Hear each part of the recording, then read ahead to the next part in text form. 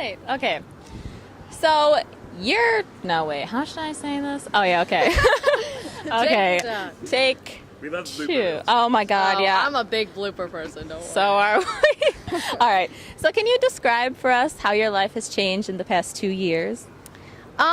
It's gradually been getting more busy. I've been doing traveling recently, which is weird because I've never traveled really ever in my life, and I've just grown a lot vocally too. So it's been really, really cool the past 2 years. Yeah. So your manager actually reached out to find you. What was going through your mind when you found out this was happening? Were you even looking for a manager at that time? Oh no. Actually, my brother found an email, a message on YouTube from Brian Tiffy, who's my manager, Selena's stepdad. And when I found out that, it was just kind of like, oh, like, is this real or is this fake? But it was from Selena's account, so we were kind of like, all right, this may be legitimate. So, we got hooked up with them, and I went out there for a whole month, and I stayed with them just to kind of not shadow her, but kind of see what goes on in the life of a celebrity. And all that was really crazy. And then now being on tour is even crazier, in a good way. So it's been amazing. So what do you feel is the biggest misconception for your new job and your new lifestyle? Well, I mean, for me, I figured everything would be not easy per se, but you kind of, from the outside, you're thinking, oh, it's probably like the greatest thing ever, touring. I mean, when you have showers with bugs in it, it's not the greatest thing ever. But you got to learn to love that stuff, and it's already growing on me, really. So I really do want to tour one day and meet the fans, and they're all really great. So, people just kind of think it's really easy when it's not. It's not that easy, actually. So, you've said that your friends are actually the ones that made you post your first video. When you posted that, what were your expectations? Did you ever think it would be such a success? Not at all. I posted one video because my friend, she didn't force me, but she was like, Christina, if you didn't do it, you'd be stupid. So I tried it. And I posted Don't Want to Be Torn by Hannah Montana because it was kid-friendly and it was, kind of sort of popular at the time. And that was just for me and my friend's satisfaction. Like, all right, well, I threw something up there. There you go. And kind of break into the industry the old-fashioned way. If someone finds me, great, and then I'd get signed. And actually the opposite happened. I'm not even signed yet, and yet I've grown a fan base, which is really cool. Yeah. So you do a ton of covers. How do you pick which ones you want to do? Well, usually I like to pick what's popular because that's what everybody's looking up. Yeah. But what I don't like is when you always do what's popular because, there are YouTube artists that like to cover rap songs. However, I don't like to translate rap into singing simply because I just don't like that. Yeah. But it's not my style. So, you have to be careful what you pick. It has to translate to piano. And for me, recently, there hasn't been anything that I want to sing that's popular right now. So it's kind of cool that I'm on a little tour break, so I don't have to do anything. Yeah. So right now, I've just been picking what I like. I just did a duet with a buddy of mine, Noah Guthrie, and we did Billie Jean by Michael Jackson because it's a great song. So, hold on a minute. No problem. Okay, so posting covers for you became kind of like a hobby. When did you decide that you really wanted to give this a go and try to break into the business and do this professionally? Well, my whole life I've always wanted to sing. It was never like, maybe I should be a singer now. No, I have always wanted to sing. I've always wrote and stuff like that.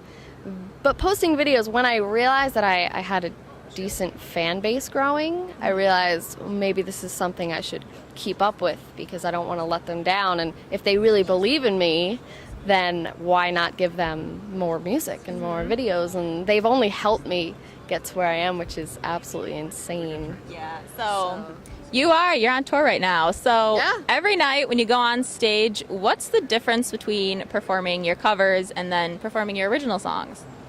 Literally, it's the crowd and the energy. That's the only difference. I mean, I still have the same amount of passion, if you will. Like, you know, when I'm sitting doing a cover, to me it's more like I'm a perfectionist, so I have to do everything right. But on stage, you know, the energy from the crowd just gives you that motive to just keep going. And so even if I do mess up on stage, it's like I don't have to stop a camera, you know. So you just keep singing, and I love it. Yeah. So, what goes into writing your music? Writing, I don't want to say a lot goes into it, but I mean, you have to be inspired. And recently, I've been not so inspired just because I've been on tour and stuff like that.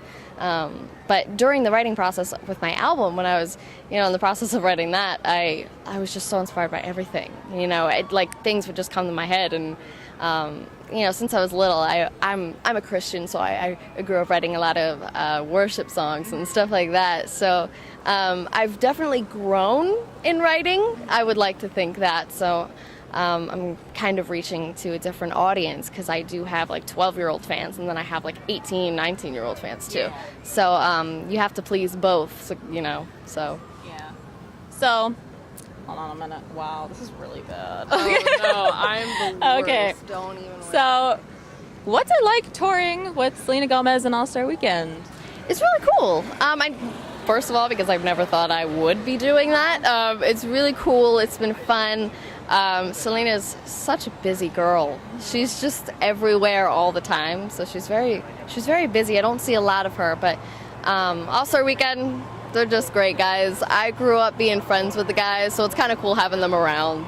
So they're great. That's cool. So I'm gonna wait till this truck passes, because that's probably a lot of noise.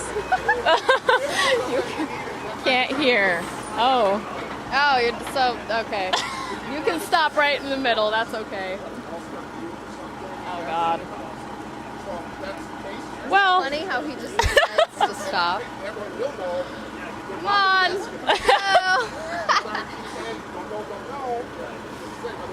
oh, here we go.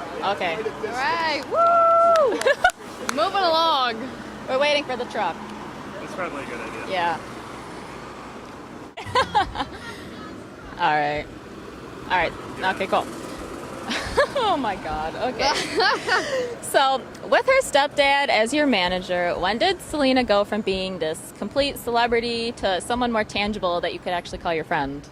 I met her at the Dream Out Loud commercial, because I was in that for like a split second. I was like the background person, and I met her on that, and me and my brother and my family went on her tour bus. They invited us on there, and the first, you know, second I saw her, she was like, "Oh, hi, how you doing?" You know, and she's just really like a person, you know. She wasn't like oh, go get me this and that, you know. Yeah. So she was real, you know, and she pretty much just became a real person that day because of just how she handled herself and all that, and she's been great ever since.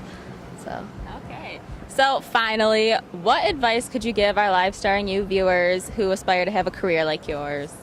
Well, what I've been saying for a long time now is you have to embrace what the haters have to say to you. And as stupid as that sounds and like, you know, ridiculous, I mean, I get a lot of hate comments all the time, whether it be about my stupid hair or you were flat here, or blah, blah, blah, you know. You just have to take it for what it is, and you have to be like, well, if they don't like it, there's a ton of other people that do.